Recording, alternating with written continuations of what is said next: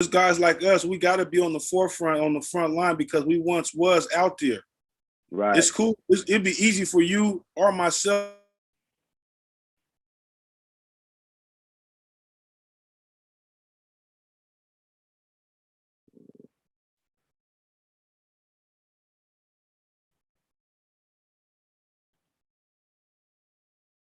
Uh-oh.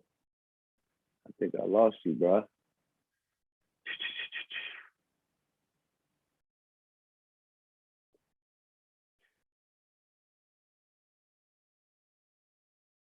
What's going on, y'all? I got my brother on. But I think he is actually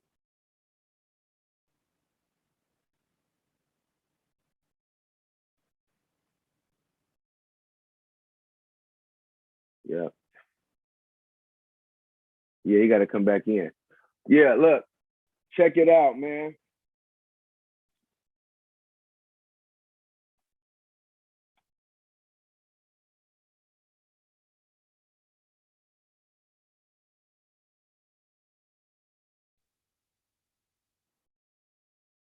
All right. Testing, testing, 1 2 1 2 1 2. Yo, yo, yo, yo, check it out, man. Welcome to Rebel Gang TV. Rebel Gang.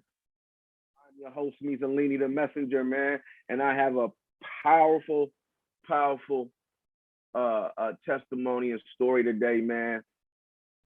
Of a brother who come from the streets, man. We go way back, man. We go back to the sandbox.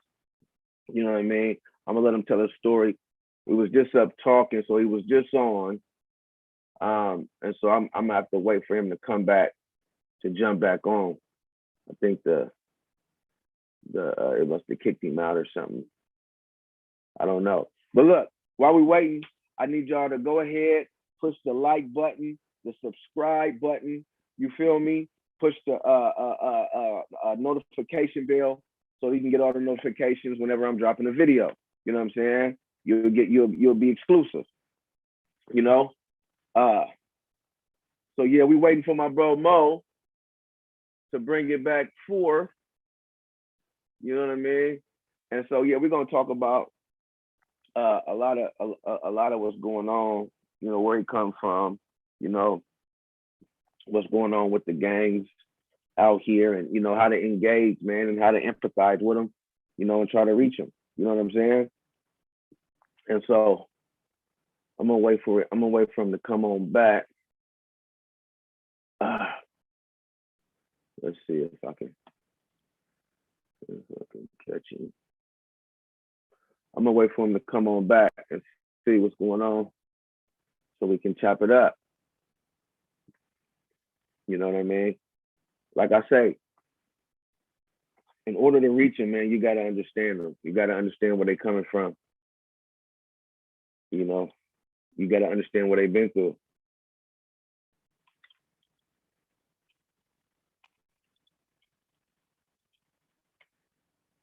You gotta understand what they've been through. You know what I mean? In order to reach them. So, one of the things that I always say is that you can't demonize them. You know what I'm saying? Because like me and Mo was talking about earlier, this is their belief system. You know what I'm saying? This is their identity. This is their family. This is a brotherhood. You know, so if you're trying to reach them, you got to be strategic about reaching them and be empathize with them. And you know, you ain't gonna reach all of them. You know what I'm saying?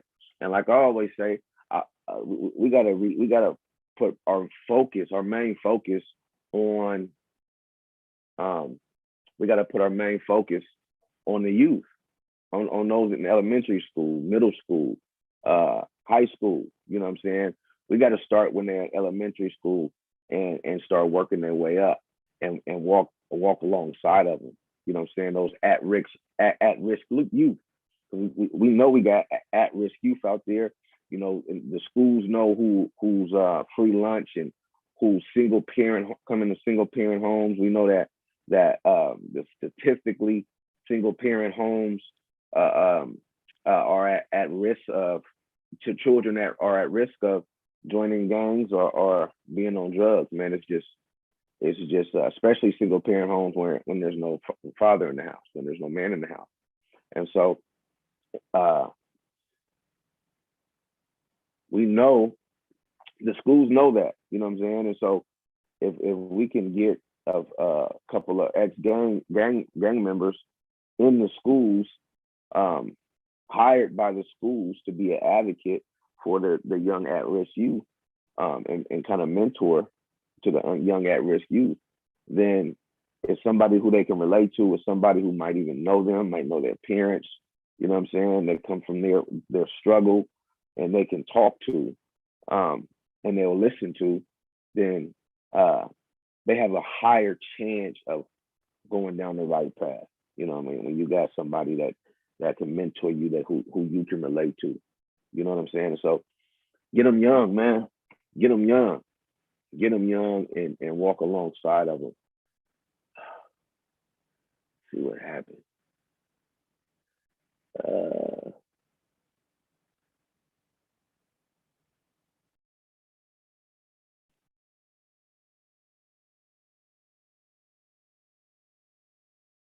I don't know what happened. I wonder if his phone died or something.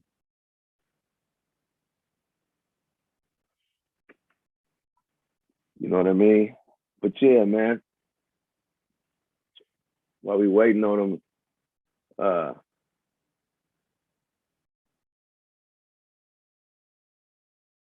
okay, there you go. He said he's coming back on. Let me see. Yeah, man. So we gotta, like bro said, we gotta be on the front line, especially those who come from the street, man. If you want to make change, you gotta be out there in the front line. You gotta be pouring into these young dudes, man. Talking to these young dudes. Everybody might not listen, man. You know what I mean? But you gotta just give them truth. Here we go, right here. You gotta give them truth, man. And that's what it's about. There you go. You finna lock on.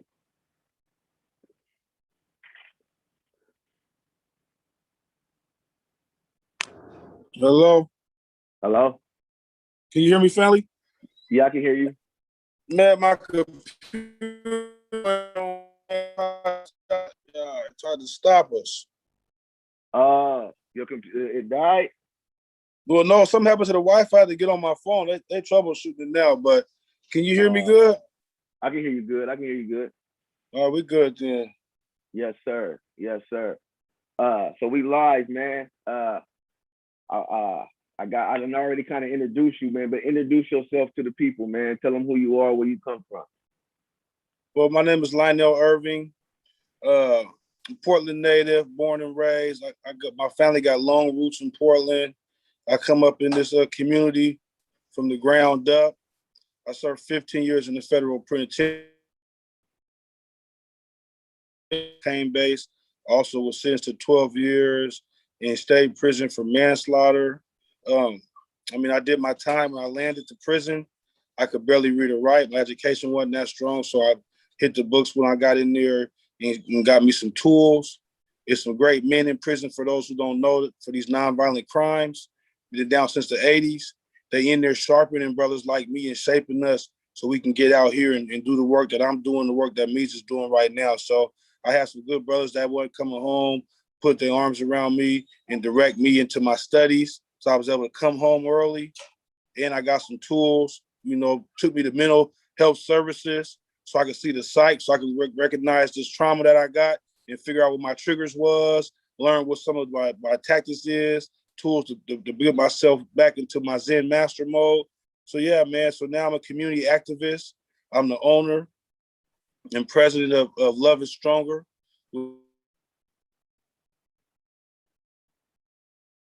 One is to reduce the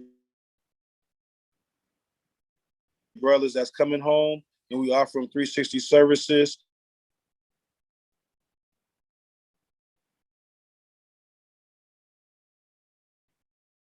Hmm.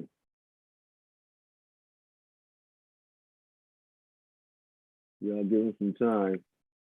Am There I we still go. in? Yeah, you in now? Yeah, My I can hear computer you. that came back now. Oh yeah, So I the kind of second, figured that. yeah, my computer that jumped back.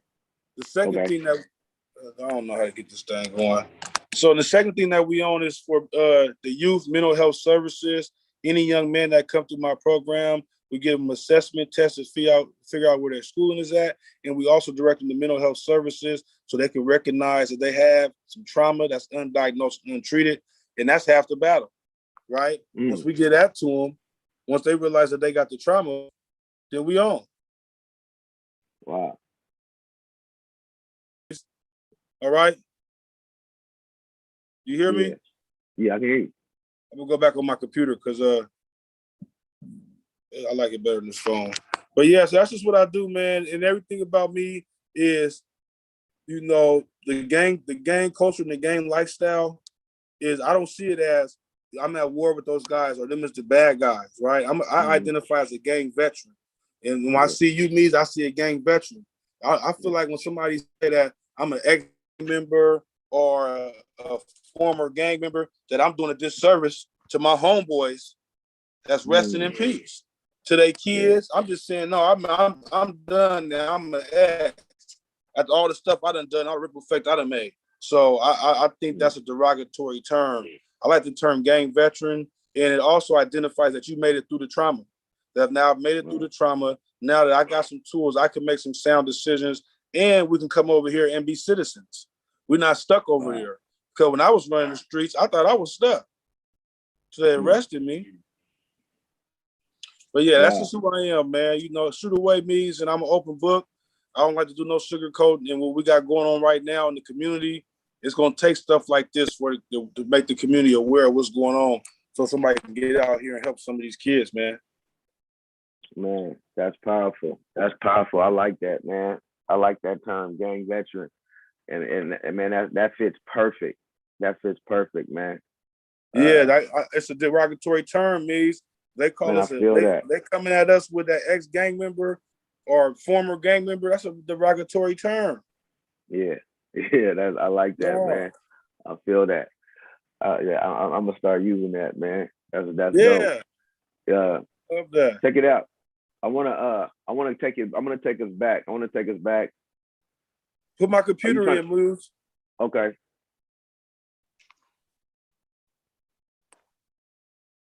There you go. Yeah.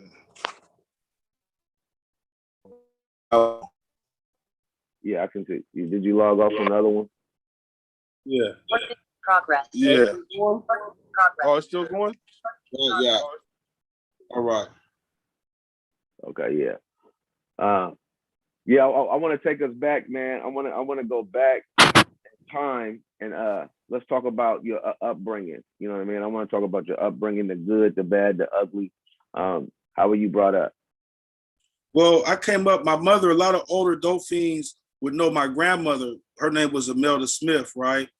And she was a real big heroin dealer back in the day in the early 70s, early 80s type time. And they came up here from Louisiana. So they were drug addicts the whole off the muscle, my dad and my grandma, because they were selling heroin back then. But back when heroin was booming, the drug addicts could maintain because it wasn't like crack. So we were living a good life. My dad got my mom. My mom was going to Oregon University. My dad knocked her, player dude. He got that smile that we known for. So he knocked my beautiful mom, took her from college, introduced her into the drug world, and then the third grade, the crack epidemic had really hit our household hard because my grandmother was no longer able to sell drugs and continue to maintain the household because the crack was not like the heroin where you could take a little bit and you can go all day long and then get a little bit more. The crack, you got to go, go, go. And then when Mm-hmm. it's gone, you got to go, go, go still. And Mm-hmm. so that didn't go good for us, but I was blessed to have a lot of aunties and uncles. They took me and my brothers in. And I moved in with my Aunt Benny, bless her soul. And my Aunt Benny was just a soldier of love. She already had a child living there. My Uncle Joe lived there. and her 2 grandsons lived there, which was my cousins, right? And so then she took in me and my little brother and another one of my cousins. And so, yeah, man, I just came up. And when you're an extra child, you see the differences, right? I didn't even, now today, I'm so grateful for the stuff that my auntie Denise and my uncle Leo and my aunt Benny, those Christmas gifts, it might have been 1 or 2 gifts, but without them, there was none. But when I was a kid, I used to see them 1 or 2 gifts, and I used to be mad because my other cousins would have more gifts. But this is their mom, dad, and their grandma. You know what I mean? Yeah. This is just my auntie, and really my cousin. Their daddy's just my cousin for real. So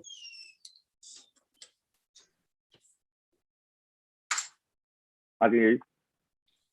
yeah, so their dad was just my cousin. So I grew up in that life. I grew up in that household where I felt like I was a burden. I didn't have much. And so my older cousins was already affiliated, and they was popular. They was making money. And I already looked up to them anyway, so I was living in their household. So I started gravitating to what they was doing. How can I be cool? So I didn't have no clean clothes. I wasn't fresh. I didn't get pretty till I was 40. You know what I mean?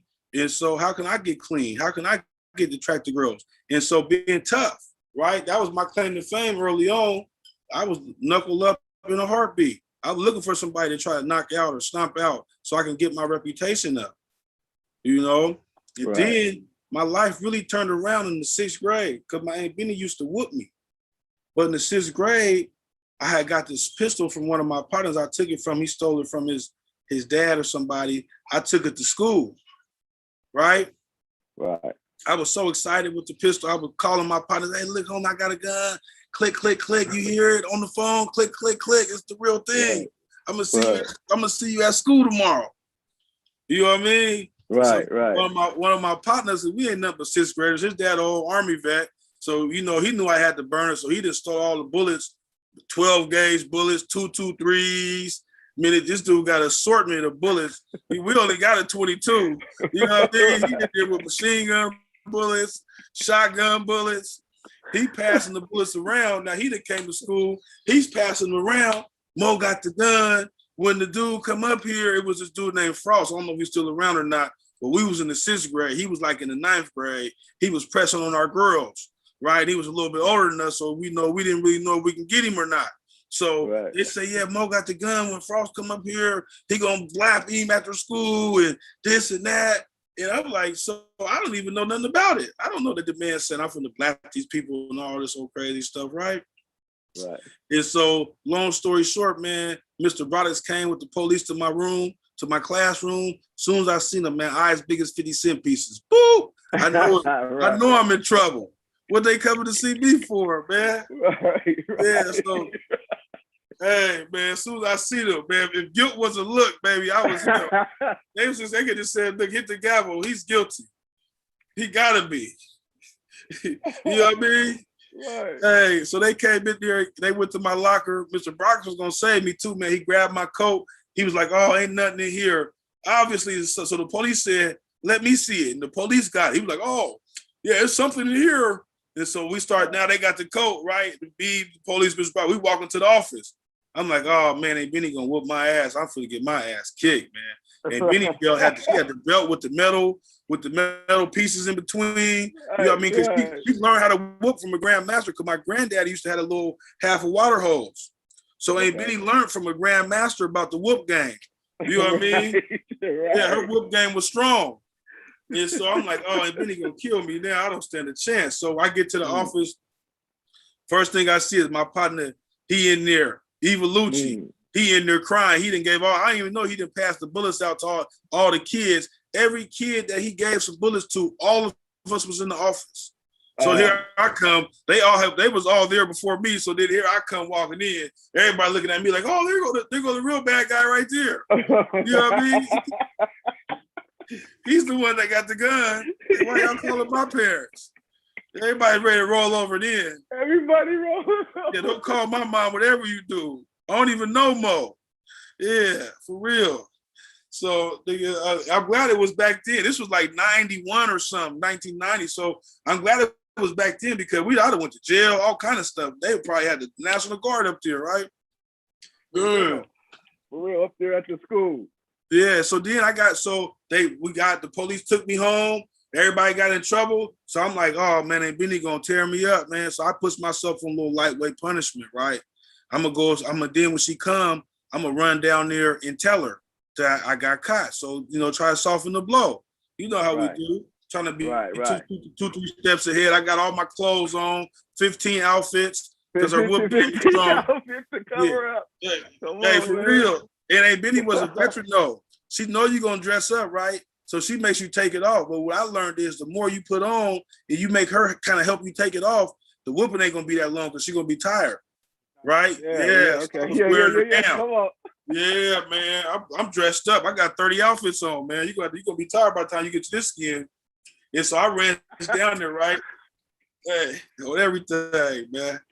On everything I love, family. Come on. Me. So I go, she comes home, right? So I shoots down there. I'm like, hey, Benny, I got something to tell you, ain't he? She said, what? You got caught with a gun at school? Woo! Eyes big as 50-cent pieces. She already know. So she says, going upstairs, I'll be up there in a little bit, So I'm like, oh, she's finna come up here and tag me. So I goes upstairs. I got stairs, right? She never comes, Mies.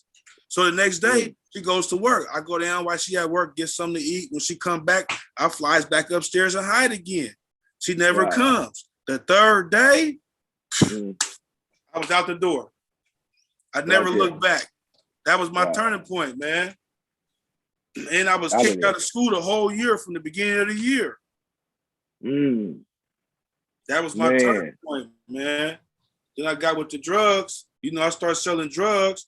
Then I started realizing the Dolphin girls was cool with the strawberries. You got the sack, you get you a strawberry. I was only in 6th, 7th grade. I couldn't even keep a sack. They started saying I was smoking. Man, what you doing, man? You smoking or what? No, but I'm just a kid. I don't know. The grown lady keep telling me to come over there, man. And all I know is I'm coming over there and I'm leaving without no work. I don't know what's going on. And so, yeah, man, that was my real introduction to like full-blown street life, 6th grade, man. I never looked back from there. I just wanted, then I admire guys, you know what I mean? Like the Harry Villas and the Little Smurfs, you know what I mean? Even Big Smurfs. I admired them guys. And so I seen them in nice cars and they had good reputations. And I wanted that, man. So whatever it took. That's what's up, man. 6th grade. That's powerful. That's a powerful story, man. Yeah. When did you first start gang banging? Actually, like being around the set, then entering the set. How old were you? I was started being around the set probably like about 1st, 2nd grade. You know what I mean? I was from Kirby, I hate to even say that now because when I talk to people, I never tell them what side of the fence I was on because it creates a different kind of energy. I always tell them all gangs are the same. You know what I mean? And so then we can move forward because now if you Crip, then some blood, they like, oh, you there. So no, we're gonna kill that energy. We not beefing. We here to create lives. I take lives. I'm not your enemy. Yeah. I'm not your enemy. You know what I mean? Yeah. So just on that, So man, I started just hanging around the neighborhood. My mother was a drug addict. And so I started off down there in the Unthank neighborhood. That's how I know a lot of Unthanks. My grandma was down there over there, lived by Joshan and them on Fremont. So I knew a lot of Unthanks, you know what I mean? A lot of guys from 304. A lot of them was my childhood friends, So I had a pretty good introduction at a young age. But I knew that I wanted to be, running with my older cousins. Man, by the time I was in the 5th grade, I was ready. But when I really got started putting that work in is when they killed my partner, Patrick. Right? We was freshmen. Yeah. And so that was the first time I really was introduced. I always knew about busting, having pistols, but it was never like a focus. I always played sports. I'm Fat Jordan on the basketball court. You know what I mean? I'm the bus on the football court. I can't be stopped, man. On the baseball field? Yeah, all-star back catcher. Ask your dad about me, we played on, as a matter of fact, we was on Fred and Aaron's team together. Yeah, man, back in the day. Them was great. If you ever see those pictures of them baseball teams, though, family, them was some of the best and brightest dudes that ended up turning out of the town, man. we had some grandmaster teams, man, back then. For real. You For real. know, look where we at now. So yeah, then when they killed Pat, that was like my introduction to real. I already had some trauma, but now this is real traumatizing. I was in and out of juvenile detention center my whole 6th grade to 8th grade year. My 7th grade year had to turn myself in every Friday and get out on Monday so I can go to school. And my partners used to catch the bus with me. I go turn myself in. We used to think we can get high. We used to be chewing weed. Oh, give me some weed. I'm gonna chew some while I'm in there. You know, swearing I'm high. Right. Yeah, man. Then when they killed Pat, I was in the JDH detention center, and I called home. And they was like, "Man, Pat is dead." And I was just coming home a little bit after that, and I came home, and I was going through my traumas because that was my really good friend. Their house was a safe haven for me. I don't know who know Patrick Curry, but Puncho and Jeannie, you know, their house, they are neighborhood parents. They bought me school clothes. They fed me. They let me wear Pat's clothes. They let me stay the night when they told me to leave. You know what I mean? And then they killed Pat, man. And so when I landed, I didn't have the positive influence. Like, I don't know what they would have said to somebody that was 14, but what I did have was the older guys saying, that was your dude, that was your partner. What kind of work you putting in? You ain't putting no work in. If you ain't putting no work in, but you really ain't, you know, you really might get jumped off. At this point, you know what I mean? Because Pat was loved, he was loved, and that was a point to where a lot of guys had to, you know, show themselves. Is you really with this or not? And I was one of the crew where Pat was a good friend of mine, where I probably could have skated for some years without having to even get involved in that because I had some good family members, right? But once they killed Pat, that put a spotlight on guys like me and a couple other guys. Like, that's y'all's homeboy. What's up? You know? And you know how they do you. They just point you at people after that. You don't know who these guys is. I'm 14. I don't know none of them dudes. Man, that's crazy. What attracted you to the game? You know what I'm saying? Because we all know, like we was talking earlier, like when people say, man, you gonna end up dead or in jail. You know what I'm saying? And we know that getting in. You know what I'm saying? Because of the just seeing the evidence of it. You know what I'm saying? A lot of dudes get mixed in after funerals. You know what I'm saying? So they know what they signed up for. A lot of dudes know the big homies are big cousins and them got locked up for gangbanging. So you know that part of it, right? But yet we still enter into it, knowing these things. What makes a young person, even knowing these things, even having a conscious understanding that I might be dead or in jail if I jump in it, what makes him still say, okay, but I'm still gonna jump in this? Well, for me, you know, a lot of people, if you ain't been inside, if you're not really a gang banger, right, and you ain't been inside the real gang culture, you don't get to see the love, right, in the joyous moments, right, in the motivation. Like, it's a lot of good things that you are happening inside of the culture that a lot of people don't get to see. That camaraderie, that I got your back at all. And then if your mind is small and you don't really know what I got your back really mean, that stuff look good. It's appealing. And then there's money involved. Then don't start having sex at a young age. Man, once you start having sex, it don't matter. I don't even want no money no more. Yeah, I'm just trying to figure out where I can have some more sex at. You know, then guys start doing drugs. You know, back then a lot of people snorting cocaine back in our time. You know, that was a big thing. So yeah, it would corrupt the young guys. I never myself ever snorted because my mother told me that I was a hair-around baby and that don't be experimenting because I'd be strung out. And so that always scared me from trying other drugs. So I never wanted to be on the streets, you know, as no drug addict. So I said, I'm cool on that. But yeah, man, this that whole camaraderie, man, that acceptance, that protection, right? A lot of guys, where if you got, I haven't had nowhere to go, I can go to one of my OG homies' house or one of my partners' house. I can come over there. I can get something to eat. I can get a little free 50 bubble, you know? And that stuff is appealing to guys because then I was the type of kid where I done so much bad stuff at home that people were probably sometimes glad I wasn't there. Right? So I mean, Right. you can feel that energy when people like, damn, you here still? Versus Right. when you show up, they're like, yeah, the homie here, what's up, man? 3 guys, you 14. You gonna go to the you still here game? Or you gonna go to where they're gonna celebrate you at? Right. You know, so yeah, man, that was an easy pull for me. And I idolize my older cousins because people respected them. I watched people respect them, you know. It's just the whole nine, man. It's just that whole energy. I wanted that respect. I wanted that power. I wanted that money. I done seen suitcases of money, suitcases of food stamps, right? I done stole guns from them guys. I done stole their drugs at a young age. And I want somebody to be stealing my stuff. I was saying, man, when I get older, this is what it is. Some of my young cousins gonna steal my sack. You know? Right. That's what it is. Yeah, man. You wanted everything it had to offer. Yeah, I wanted it, man. Yeah.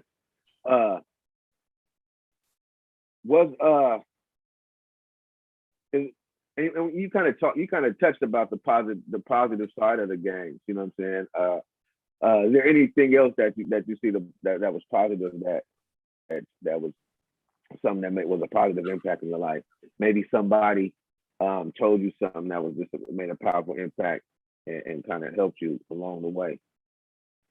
Man, just I received a lot of love from my neighborhood, man. You know what I mean? And also from my older cousins that was from different neighborhoods. So I always received a lot of love but everybody didn't receive that. Right. You know what I mean? See, I could say that I received a lot of love because I did. And I still have black eyes and busted lips, but I wasn't one of the guys. I never was the seventh guy before. Right. And so you know how that go. Yeah. And so, but I always say that the gang love is fake love. Because even when my cousin got killed, right? This was when I went and retaliated. I retaliated because they killed my older cousin. When he got killed, right? He had 3 kids. I had my bag. My bag was ran up already. I was selling goods. It was going really great for me. I had I could just stay and just keep going. But I was raised to retaliation is a must, right? We raised reactionary. So they killed my cousin. I want to get a line on them. I want to get one of them. But that's the selfish me. That's the selfish gang culture because retaliation is only for self. I'm gonna go make myself feel good. I ain't finna make it. I'm not finna put no food in his kid's mouth by shooting no bullets at nobody. And so I didn't know that then. That's why I try to tell these guys now, if you're a real homeboy, you're really a homie, you're not gonna take yourself off the table. Because I pulled myself off the table for my cousin. He had 3 kids. Now all 3 of them are just right back in the cycle. But when I was there, the 4 or 5 years I was there with them, they was all A and B students. Right. So a real homie gonna stand the test of time and gonna take for his partner's mama, gonna look for his partner's kids, make sure his baby mama cool. That's what a real homie gonna do. That's why I don't want no homeboys. I want family members. Because that's when you get to that box and you got that 15 years, you gotta get that lotion out for 15 years. All your homeboys, while you got that lotion out, they're gonna be hitting your baby mama's inbox. What's up with Lil Mo? He hungry? Lil Mo hungry? Then we're gonna slide over there. What you want? You want a bottle too? Yeah. We're gonna bring 2 bottles. Yeah. Come on, man. You feel me? I already know. Come on, man. Yeah. Straight up. Niggas ain't finna stand up, but your family members, the real ones who love you, you're gonna be out of sight, out of mind, but they're gonna still walk that bid down with you. Right? A lot of homies ain't gonna walk that bid with you. They're gonna love you. When I first got out, seeing some of my homies, I just did 15 years. I got out early. I had a 30-year sentence. I got out early. Boom. First thing they do is they offer me the sack. I said, no, family, I ain't trying to go back. Right. You I just got out. Back up in that joint. Yeah, I don't want the sack. But look, because my brain, I still was just goodbye. So I said, let me get the cash. Right. You know what I mean? Right. Yeah, give Right. me the skins. Don't give me that. What you gonna send me downtown throwing rocks at the cars for again? I just got out of jail for 15 years. Look, I should have slapped him. If I was in my old ways, I would have just went upside his head for even trying to play with me. You know what I mean? Man, But now my brain is working. So I told myself, even though I still want the skins because I was broke, you know what I mean? I know he could probably give me a few skins because he wanted to give me the sack.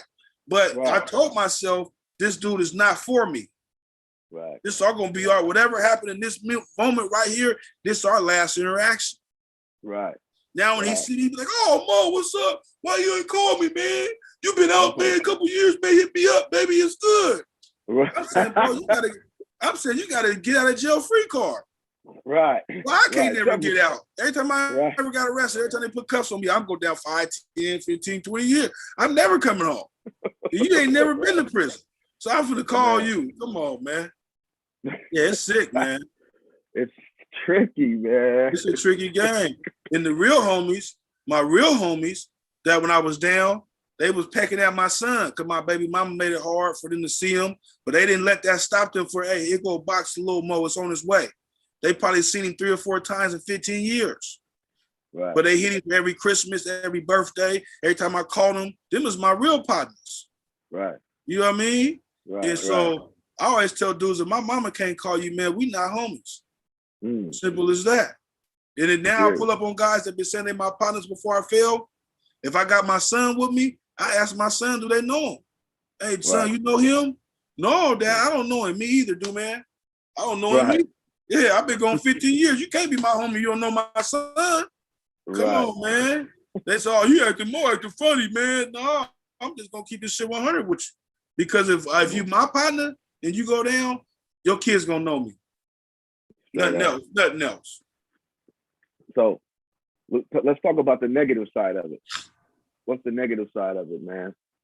Man, just the trauma, you know, one thing that goes, it's like trauma is like a cancer that it's unseen, right? The trauma to me is the most harmful impact on these young brothers. First and foremost. The second thing that I think is very wrong is the reactionary mindset that we train into these guys. There's no foresight. There's no thought about even though it's not even thought about the getaway. It's just like, if this happens, then you got to do this. But no, that's how you go down fast. Right. No, if this happens, then you got X, Y, Z to do. And so that's one thing I thought was really, as I really got into the gang culture, how reactionary everything was. It was like so many rules. Well, you nigga do this, you gotta do this, you gotta do this, you gotta do this, you gotta do this. You feel me? There's no room to be a thinker. This is like, okay, they kill, retaliation's a must. Boom. Oh, if they disrespect the hood, we're gonna get off on them. Boom. It ain't no like, oh, where we at? Like, it's no, so that's one of the biggest things to me is that how we raise our people. And now how it helped me wake up so much. When I wouldn't see the psychiatrist, right? It was the word named objectivity. It's right, making decisions based on facts, right? An objective reality, right? And not emotions. Right. You feel me? But the homies used to say when I was a kid, you know, excuse my French, only bitches make emotional decisions. You feel me? Right. That's been entrenched in, I've been hearing that since I was in kindergarten. I know that's one. So when I got with the psych and I started dialing on objectivity, and then I started realizing that all of my decisions that led to my poor choices, they were emotional decisions. It blew my top. For the whole day, I was distraught. I said, I've been running around acting like a bitch for the last 20-some years. You know what I mean? Excuse my language. It blew my top. Excuse my language. That's what they told me. Yeah. You feel me? Yeah. Man, that was powerful, bro. I'm telling you, Mees, that was such an eye-opener to me because I'm saying now, there's no way I'm making an emotional choice. Not again. I wish I had a bomb drop right here, man. I would have dropped the bomb on that one. Man, that was a jewel. That's crazy. That's crazy, man. So that's why I believe mental health services. Anybody that's from this culture, they need to get it so they can wake up, right? And then once we wake up, It's because these guys, don't get them wrong. That's why I always make a point to let the people know we're not at war with these guys. We don't want these guys to go to prison. No, these are our best and brightest young men. We don't want to get grade. We want to save these guys, and we want to figure out what their passion is because they already been thinking outside the box, dodging the police every day, and the ops, and trying to hide the 5 or 6 different girlfriends and keep their stack right and make people, you know, it's a lot going on in that lifestyle. These guys are stinkers. For real. They just don't know it yet. Just gotta tell them to the right direction. Man.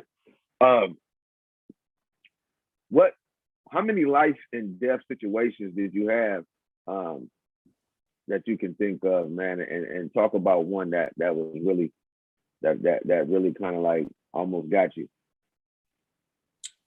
Man, I mean, I'd have been shot at so many times, bro, right? That the Creator's always blessed me. Always been short and fat.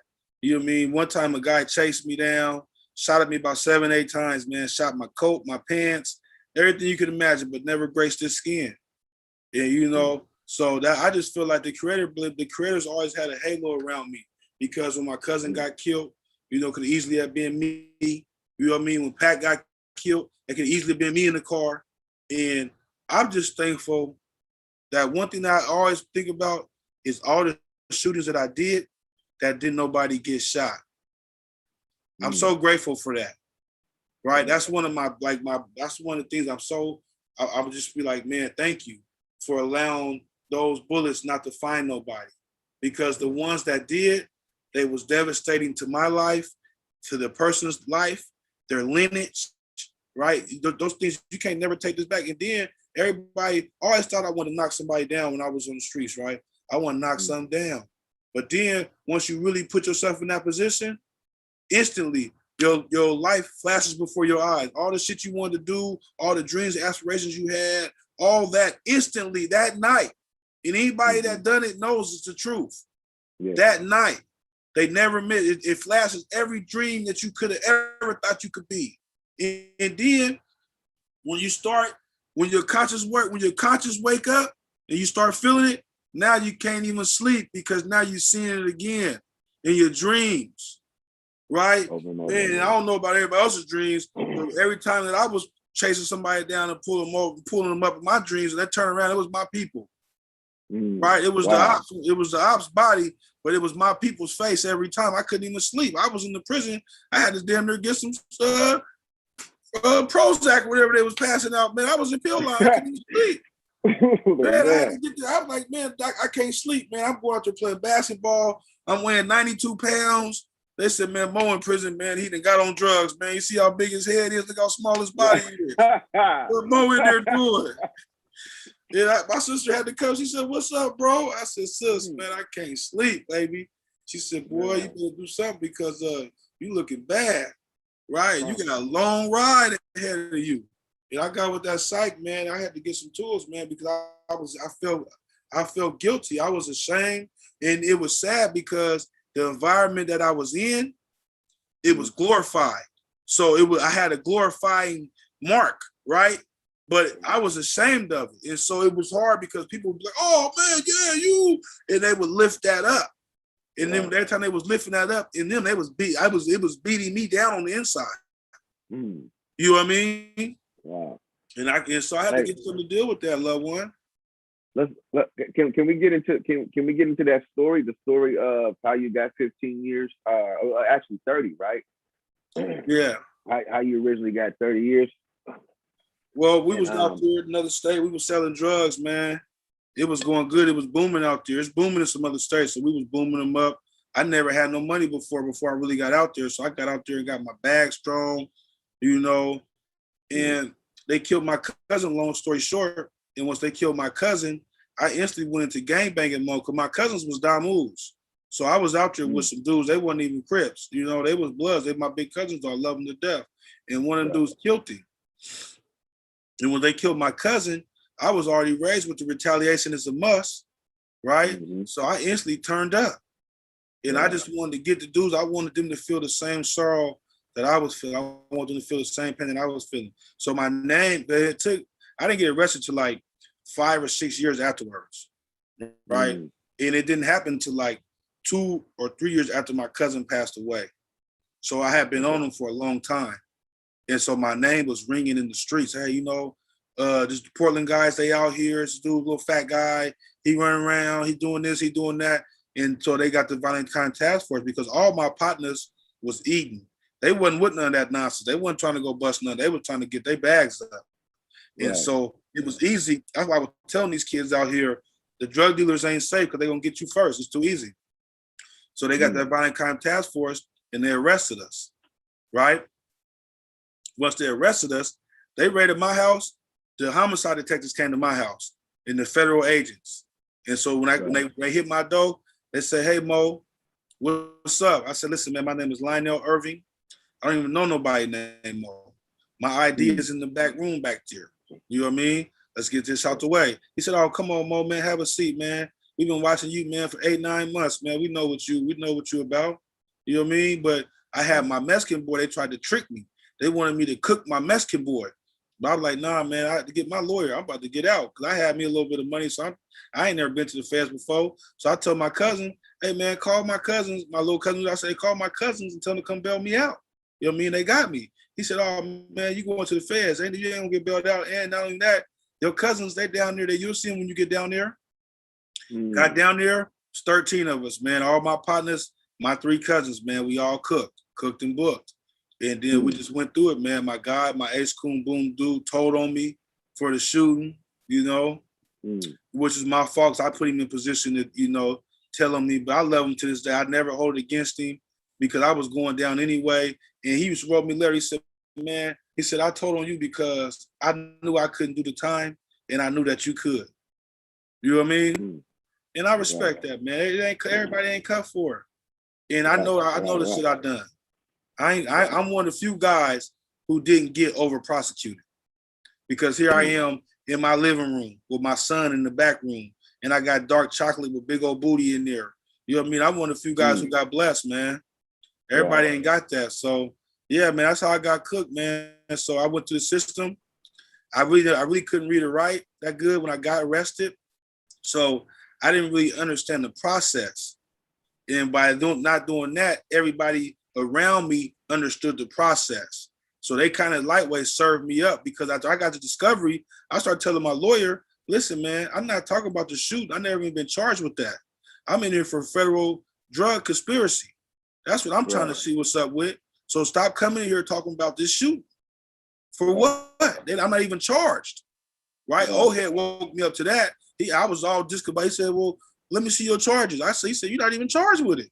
What you discombobulated for? Right. You know what I mean? So that was like, I didn't even know, even then, I was so game goofy.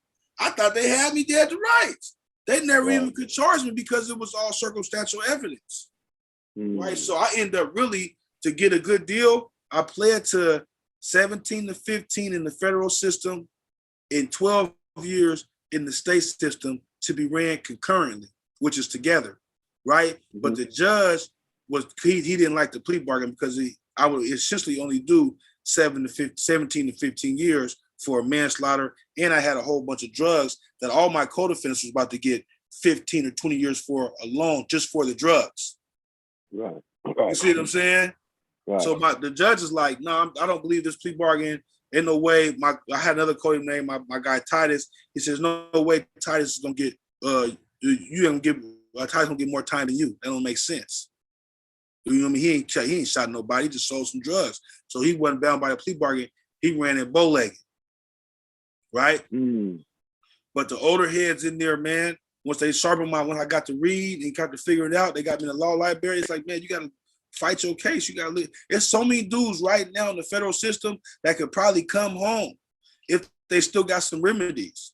But they don't know how to go in there. It's no knowledge to go look at your case, or it's no effort. But I had dudes who saying, no, you got to go in there, Mo. You got to read your case. You got to find cases like yours that have been remanded, that have been sent back. You got to find some of them.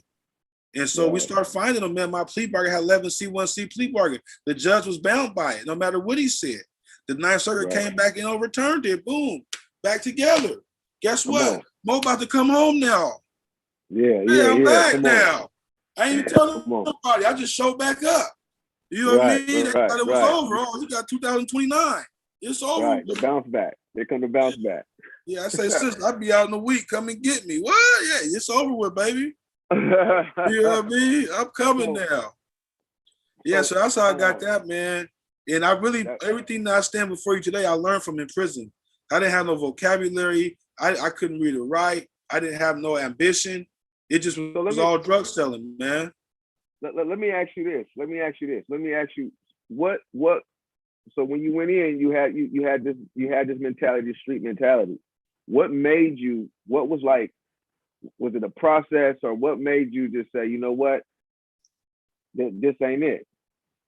What made you say, man, this life, I done made a mistake. I need to go out and not just I made a mistake, but I need to go back and change this.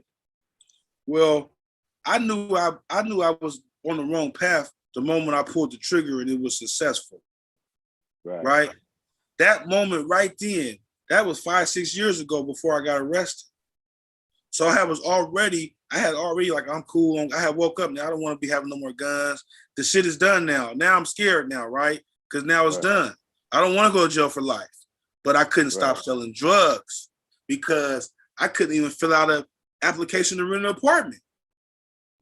Right? Let alone get a job. So I had to always have like a feline with me to get my places. So I had no tools. So as I got to prison, they're like, man, you finna be here for 30 years? I'm like, oh no, I'm finna dial in because I have no tools. I came out and my son was only like 5 or 6 months. I knew that from my father, right? What my father gave me the blueprint on what not to do if you're doing a 15, 20-year bid and you got a son. So I just gonna do the exact opposite of what my dad did. But in order to do that, I need to get some writing skills or some, you know. So I started getting into that energy, start reading a little bit, writing a little bit. Then when the older heads caught wind of me, it was over with. Then now I got hooked on finance. We out there with flashcards. They tripping on dudes who laughing, think it's funny. They ready to stick somebody because they said, man, we're gonna send you out there, baby. You got a chance. You're gonna come back. And so, yeah, man, once I then, as you know, the brain is a muscle, right? So once you start working it, right? My brain had been so underworked, I was having a headache. Right. You know what I mean? I was like, I came out like, oh, gee. I'm like, man, I ain't gonna be playing with y'all all day, man, because my head is hurting. You know what I mean? I'm like, I gotta go to medical, man. The lights is hurting my head, but my brain was sucking up so much information that it was supposed to have already got. And OG, he was like, hey, y'all, hey, Mo's head is hurting. Hey, homie, it was a big old thing, right? Because yeah, man, his head is hurting, y'all. It was a big old thing, man. I'm like, what is they talking about? Like, what's the joke? You know what I mean? I'm mad because my shit really hurt, man. And so, yeah, man, my head was hurt, man. That's when I really knew that I was on to something. Even he said when he came back tonight, he's like, man, your head is hurting because it's a muscle. And all these books you've been like, working out. Yeah, you working out. You can. He said, I can see your growth already from this short amount of time, and that's why your brain is firing. Right then, I just start dialing in, but now I've got time. Ain't nowhere else a man got 24 hours a day to focus on himself besides in prison. Right. Because you can't do nothing on the streets. You're going to call home. Sancho going to be over there. Then you really going to be mad. You know what I mean? Because she done gave the thing up. Now you're going to, man, now you on suicide watch. You're the hardest dude in the unit on suicide watch. Now Sancho got out. Yeah. Come on, man. Going up, man. Yeah, hey, man. Powerful, man. I be telling people all the time that one of the places that we need to be going in. 3 places I think that's really right that we need to be focused on is prison, going in those prisons, mentoring some of those brothers in there, schools, elementary, middle school. I talked to this dude. It was crazy, man. I was scheduled for a meeting, right, at Irvington Park. This reverend told me, man, come meet this dude. He's gonna be the next state attorney general. Now he never told me his name, right? So I said, all right, yeah, let's go try. You want to talk about gang violence? It was me, Big Kane up there, a couple other OG Blood dude, a couple other brothers and a sister. And so, and it was this dude. So when I get up there, I see this dude. I'm like, man, this dude look kind of familiar, white dude, right? And the Reverend say, hey Mark, I want you to I want you to meet Craig Gabriel, right? And so I'm like, Craig Gabriel? I'm like, man, this is my prosecutor. Yeah. Right?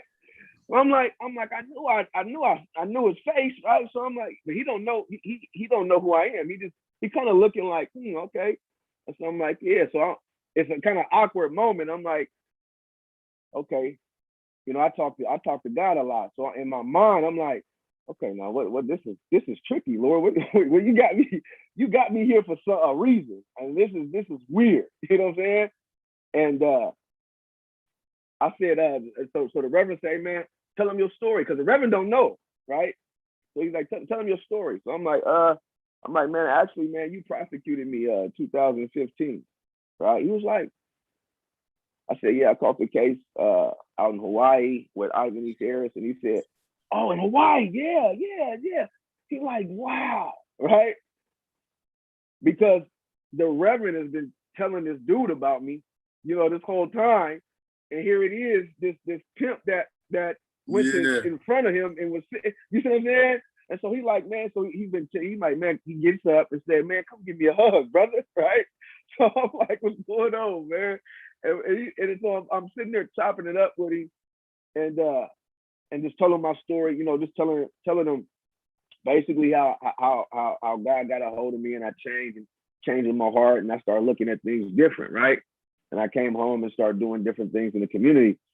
And so one of the things we was talking about was, how can we curb what tools do we need in the community to help curb some of this violence and police brutality and all this other stuff, right? So one of the things I was talking about was focusing on the next 5 years, right? Like the dudes who's out here gang banging, that's putting in this work. 5 years ago, they were really influential. 5, 6 years ago, a lot of them weren't even in gangs yet. You know what I'm saying?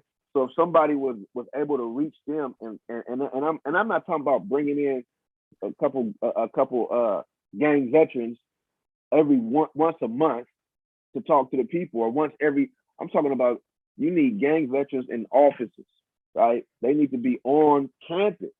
You know what I'm saying? You need gang veterans and as advocates for the high risk students in there.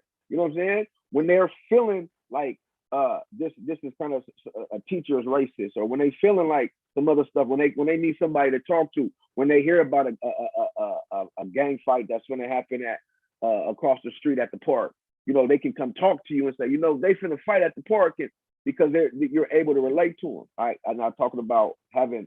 When we was young, we had a representative from SEI in each of our Black schools. Like in Tubman, we had one of the SEI counselors in there, and he was specifically in there to advocate for us. You know what I'm saying? And we was able to talk to him. But I'm like now, these young kids is not looking for. They're not going to relate to somebody with a bachelor's degree that's going to be actually can fulfill your requirements that you guys have to be in those schools, right? But a dude with experience, I think, to me, beats out a dude who has a bachelor's degree who has no experience. You know what I mean?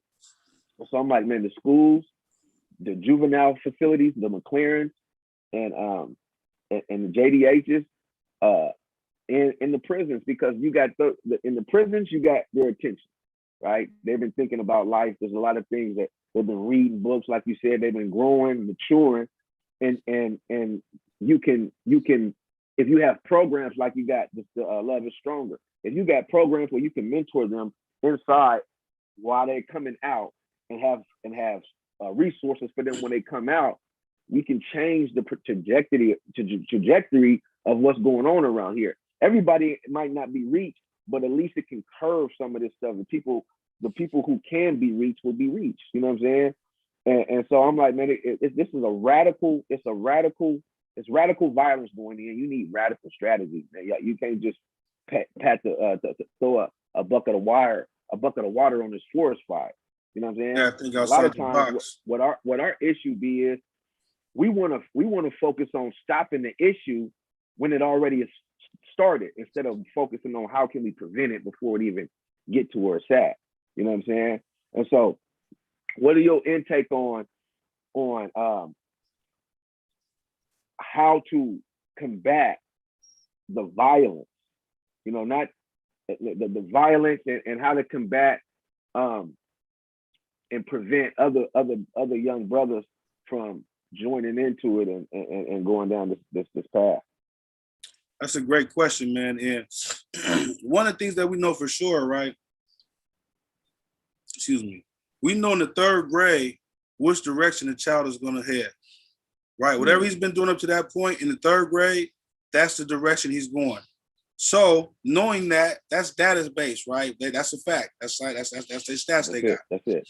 We need to be attacking the third graders, the ones that got that's headed the wrong direction. They didn't already been identified, because in the school system, how they classify our kids and how they stack our kids' files up with the insubordination and that kind of stuff, that third grader, he's gonna have a hard time because they already got him pegged. So one thing we could do is get them, because gangbanging is generational. Get that generation. That third graders are one of those generations coming up. Get that generation, right? That's one of the things that we can do.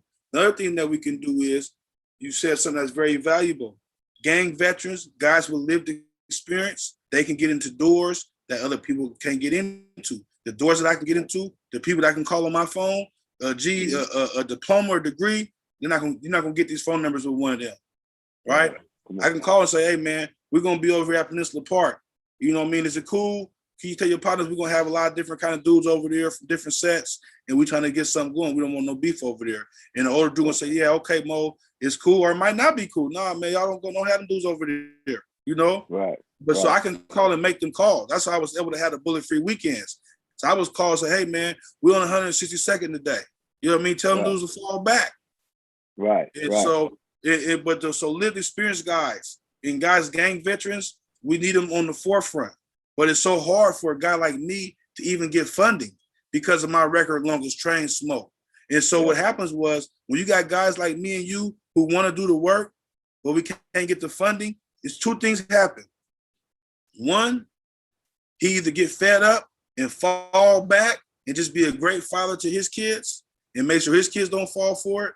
Or two, he backslides and starts selling work to funnel his program, because he got so much emotional baggage. He want to do right in the community, and he can't get in the door because they don't let you in. They don't let you in the door, man. Right? And so we need to kill that stigma. And if you're gonna allow us to be citizens, because we back out here, we got to be able to get to the table. They got a gun violence group going on. They ain't got no gang veterans. They ain't got no shooters in the room. No shooters. How you gonna have to figure out how to stop a shooter without no shooters? Come on. It don't even make sense. It would be comical if it wasn't our kids getting put in the ground. Right. While they playing politics and writing these little fake legislations, we writing obituaries. Right? And so, and that's why I started attacking it from a community accountability aspect. No longer can we wait for the politicians to kick us these grants. We need to be as community members. What resources do you have as a community member? And when we say resources, it's not all about money. You might got time, you might got job leads, you might got some clothes you can give up, you might can do some babysitting. I mean, the list is long of the things that community member could do. Right? And then prison-based solutions. With me and you, Celine, I don't know what kind of schooling you have, but I know you. I know you, so I know we got a lot of same. But you always been a pretty sharp dude, right? So just say me and your brother Aaron got arrested right now. We know Aaron's a stud, man. He on the bench with Steve Kerrnell, man. You know what I mean? He popping champagne. Come on, man. He done been to Kansas. He All-American D1. He got degree. Me and him would have the same exact prison plan. What sense do that make? No. I'm going to need mental health services, conflict resolution, lifestyle balance, right? Victim. I'm going to need these programs. But what they do is for blacks, they put everybody in rehabilitation. I wasn't no drug addict. Right. I need to go to drug program for. I need lifestyle. I need to learn how to get a checkbook together. I need Word, Publisher, PowerPoint, right? To get back out there and be a citizen. But the prosecution has the power to put that inside people's prison plan. And then what that does is it holds the prison accountable. Because you know how you go to team and say, hey, Lionel, you at team, here go your thing. Usually they say, oh, you got to just go to drug program. But no, oh, you got mental health services. Oh, you got to go down here to lifestyle balance. They're going to be telling you got to go.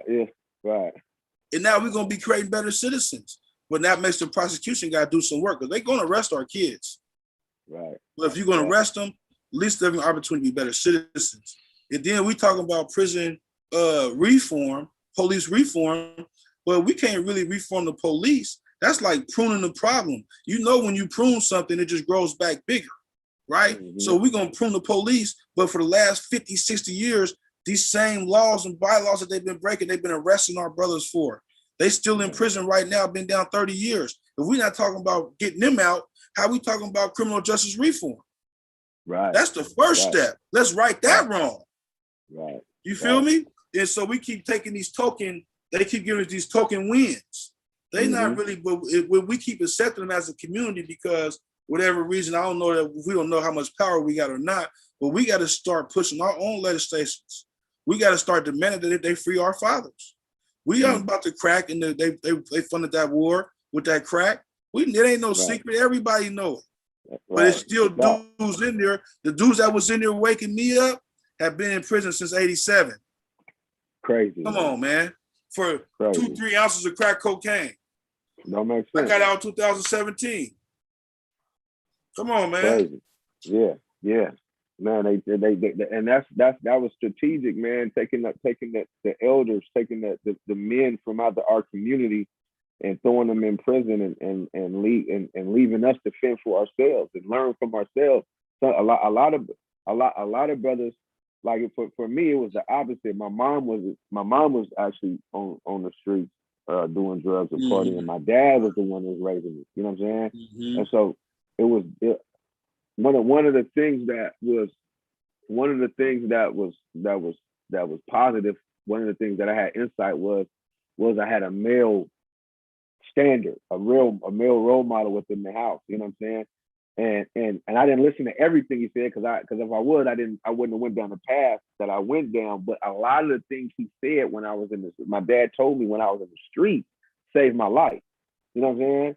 And a lot of the dudes who was rocking with me always kind of looked at me, especially those who didn't have like father figures. They kind of looked at me as have wisdom, or you know what I'm saying, like. They would gravitate more towards me, you know what I'm saying? Because, like you said, like my dad told me at a young age, man don't live off his emotions. You don't wear your emotions on your shirt sleeve.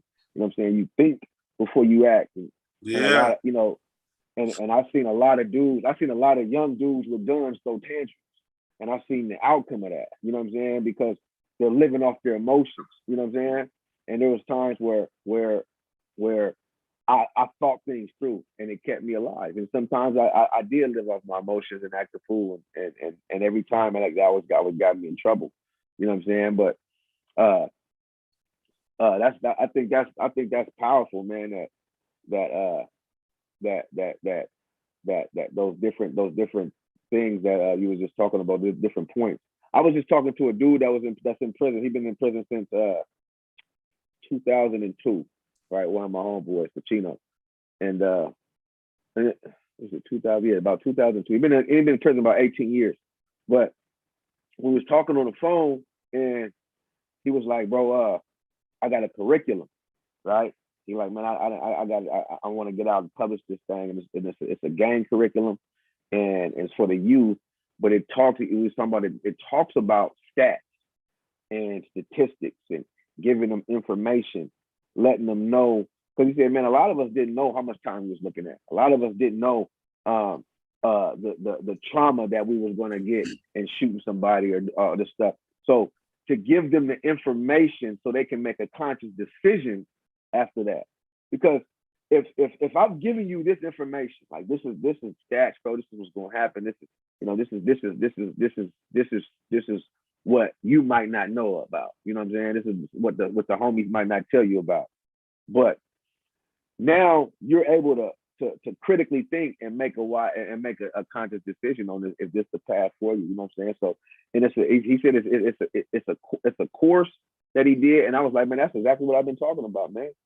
Something to teach you, because we got social media, and I want to talk about the music too.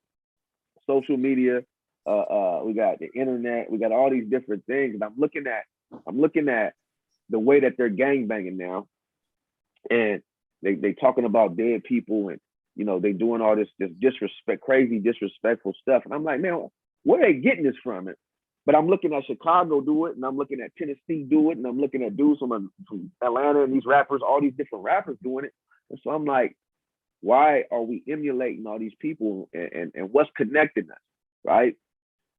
It's the internet. We're able to look and see how they doing it over there. We're able to look and see how they banging in Chicago, and we are able to emulate that. So, you know what do you to think? me? Yeah. You say that is a very important point. One thing about, we're blessed to be raised in the Northwest, right? Even at my illiterate state, I was sharpening a lot of dudes. You know what I mean? Yeah. At my lowest level, right? Guys from some other places, man, come on, man. Right? It's a lot. It's a lot going on for some other places. But I say that to say that Portland, just in particular, in my opinion, we emulate other cultures, for lack of a better word. Yeah. But then we take it and we try to form it into our own and try to always do too much to it. Right? We don't go overboard to make it like it's really ours. And so that's only one of the flaws that I really had disliked when I ran into some guys in the feds about from the town, is how they would, have that California swag. Right. You know what I mean? We don't really got that though. That's not really our thing. And so they would emulate that and they would put it on. That's really their thing out there. That dude, he really is like that. He ain't putting on no fronts. That's how he was raised. You feel me? But this dude, you wasn't raised like that. You just start doing that at 25 years old. Right. Like, come on, man. And now you're doing it too much.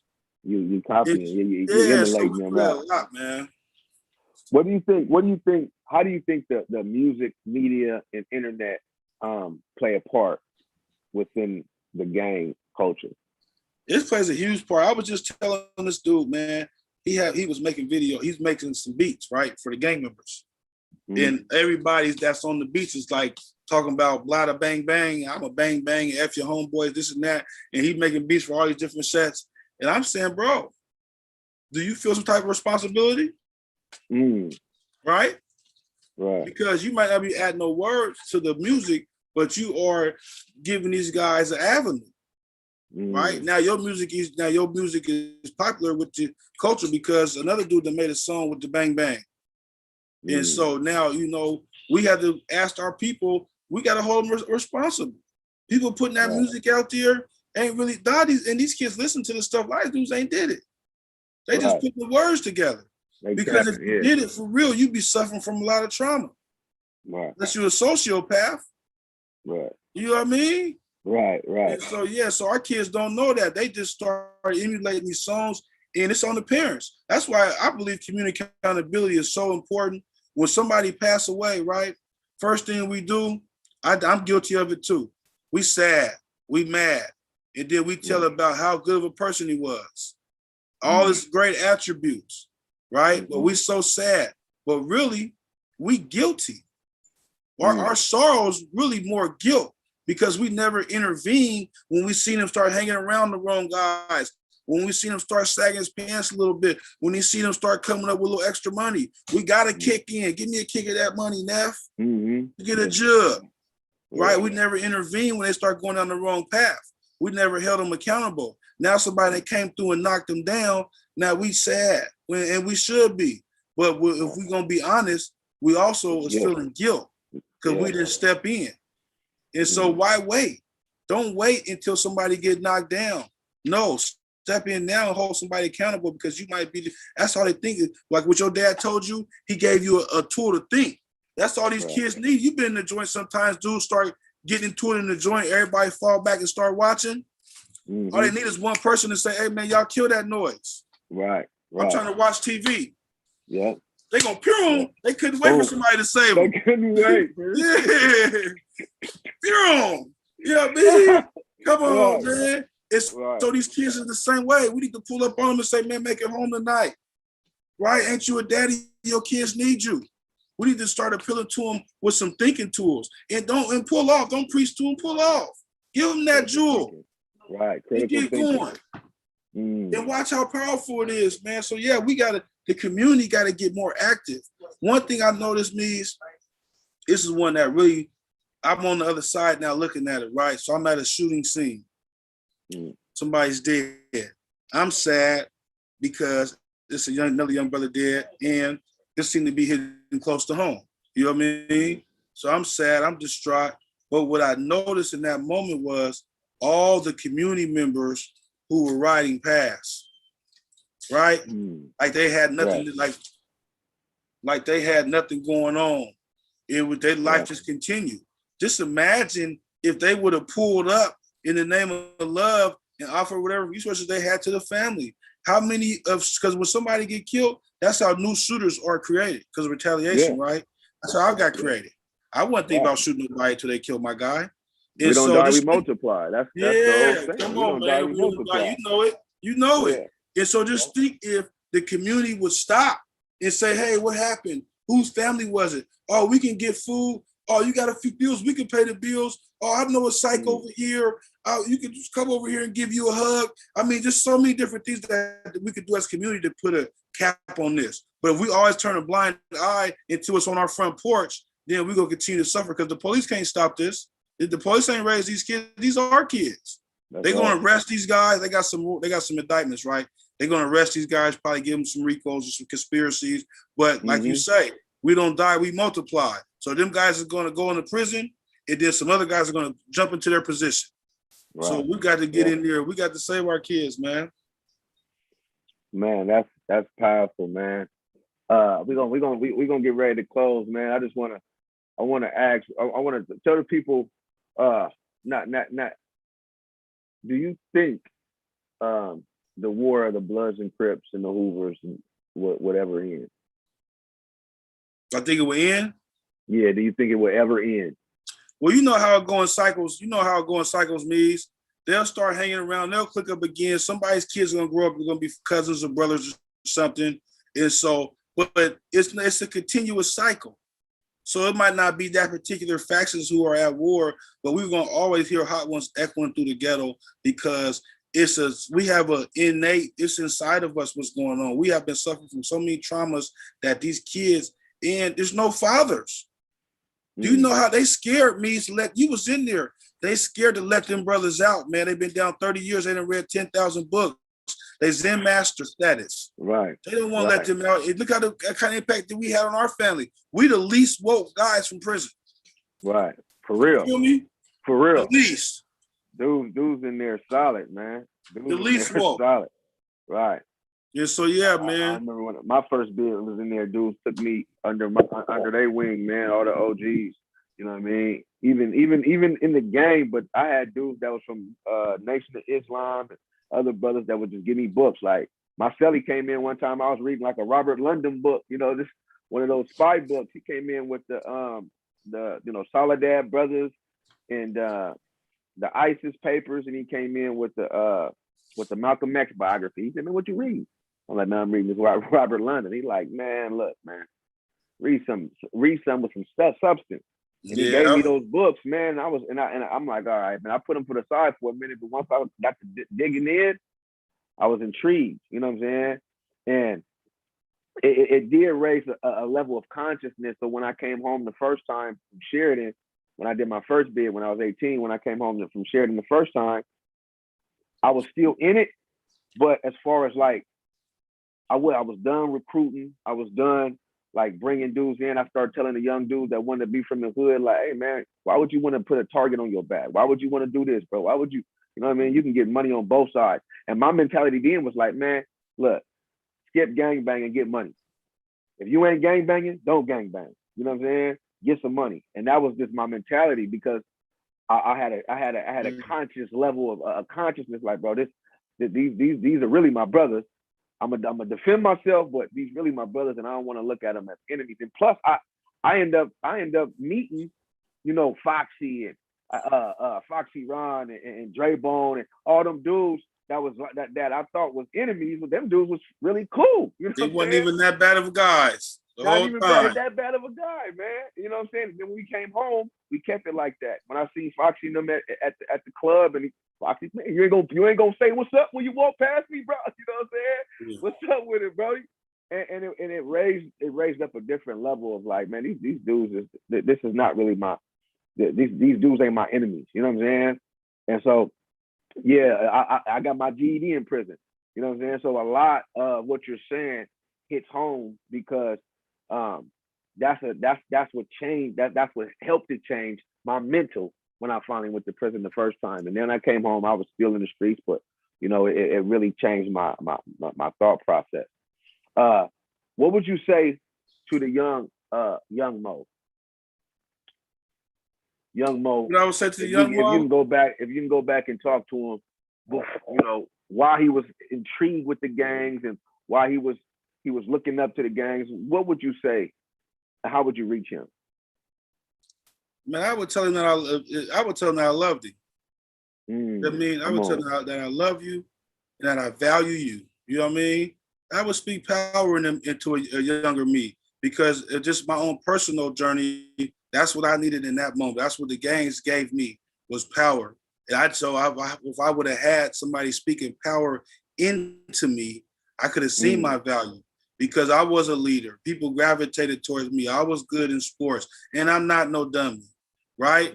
I didn't know I wasn't no dummy until I started reading and writing. I'm like, oh, I'm just like them. Really is my brothers and sisters. I thought they just had the gene.